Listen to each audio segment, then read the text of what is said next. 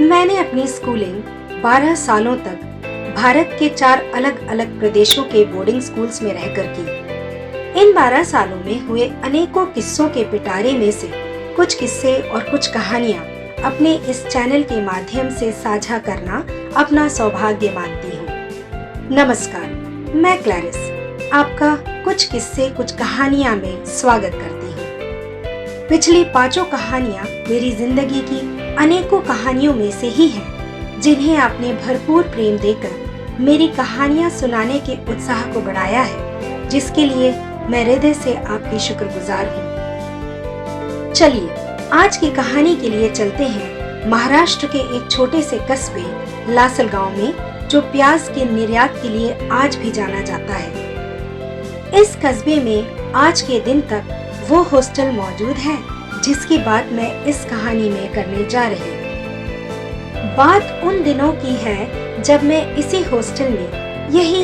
कोई 8th या 9th class में पढ़ती थी। हम 5 सहेलियां थीं जो पूरे हॉस्टल में एकता के लिए जानी जाती थी। कोई एक भी दिख जाता तो सभी को मालूम होता था कि बाकी 4 भी वही कहीं आसपास ही होंगे। हमारी एक विशेषता यह भी थी कि हम 5 की मातृभाषा अलग अलग थी।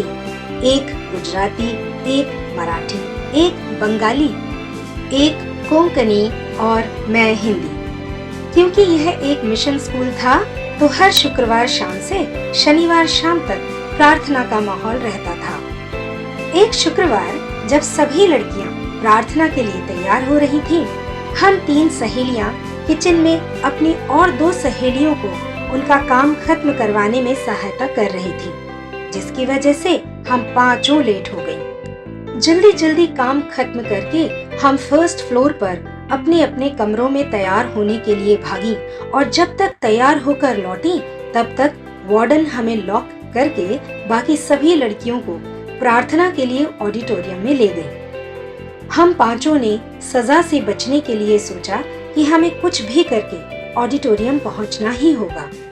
हमने निर्णय लिया कि जो पानी की एक छोटी सी टंकी ग्राउंड फ्लोर और फर्स्ट फ्लोर के बीच में थी, उसका सहारा लेकर उतर जाएंगे और किसी को भी खबर होने से पहले चुपचाप जाकर ऑडिटोरियम में बैठ जाएंगे। फिर क्या था, अपने प्लान को अंजाम देने के लिए निकल पड़ी हम 5। पहल करने में तो मैं हमेशा ही अव्वल रही हूँ। बस बिना दिमाग पर ज्यादा जोर दिए फर्स्ट फ्लोर के कॉरिडोर पर लगी रेलिंग को पकड़ के बिना किसी पथदर्शक के उतरना शुरू कर दिया। क्योंकि नीचे जमीन देखने की कोई गुंजाइश नहीं थी, सो हर कदम अंदाजे से बढ़ाती गई। दायां पैर पानी की टंकी पर पहुंचते ही लगा कि आधी जंग तो फतेह कर ली थी। फिर बायां पैर भी इधर उधर सहारा ढूंढते हुए आखिरकार एक सुरक्षित जगह पर टिका ही दिया। जब लगा कि अब कदम सुरक्षित जगह पर टिक गए हैं तो जमीन पर छलांग लगा दी। 2 पल तो शक हुआ कि सारी हड्डियां जगह पर हैं या नहीं, लेकिन फिर खड़े होते हुए यकीन हो गया कि सब ठीक ठाक है। थोड़ा संभलते ही अपनी बाकी सहेलियों को उतरने के लिए दिशा निर्देश देकर मदद के इरादे से जो सर उठाया तो होश ही उड़ गए, सांसें थम गई। चेहरे पर उड़ रही हवाइयां पड़ते हुए एक ने पूछा, क्या हुआ, सब ठीक है ना? मैंने खुद को संभालते हुए सब ठीक होने का आश्वासन दिया, जबकि हकीकत में नजारा कुछ और ही था। पानी की टंकी पर जिन 2 जगहों का सहारा मैंने पैरों को टेकने के लिए लिया था, उनमें से पहली जगह पर मधुमक्खियों का अच्छा खासा छत्ता लगा था, जिसमें भर भर के मधुमक्खियां बैठी थीं।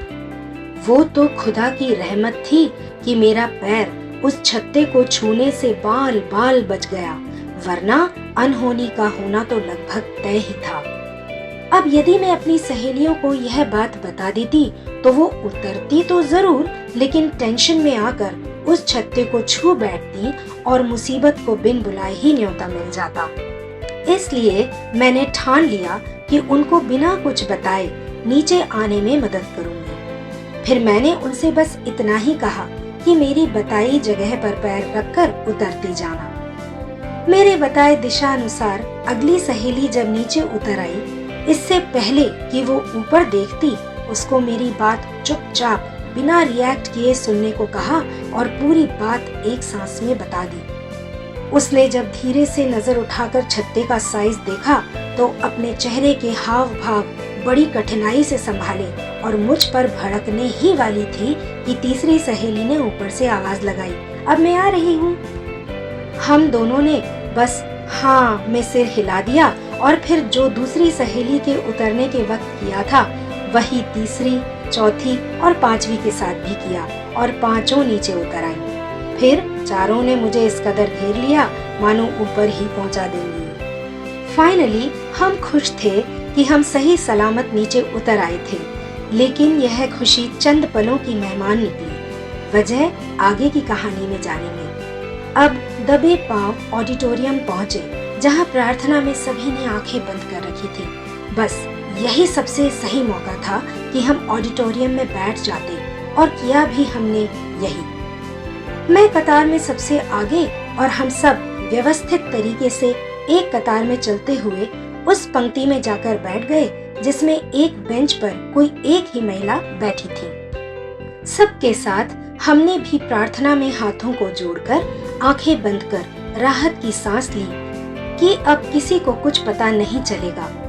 मजा तो प्रार्थना के खत्म होने पर आमीन बोलते समय आया। जैसे ही आमीन बोला और आंखें खोली तो देखा कि जिस एक महिला के पास हम पांचों जाकर बैठी थी वो हमारी वार्डन थी, जिन्होंने बड़ी सी मुस्कुराहट के साथ धीरे से कड़क आवाज में कहा, प्रार्थना सभा खत्म होते ही ऑडिटोरियम के बाहर मिलकर बस इतना बता देना कि ताला लगे हुए फर्स्ट फ्लोर से ऑडिटोरियम तक कैसे पहुंचे। इस तरह से हम आसमान से टपके और खजूर में अटके।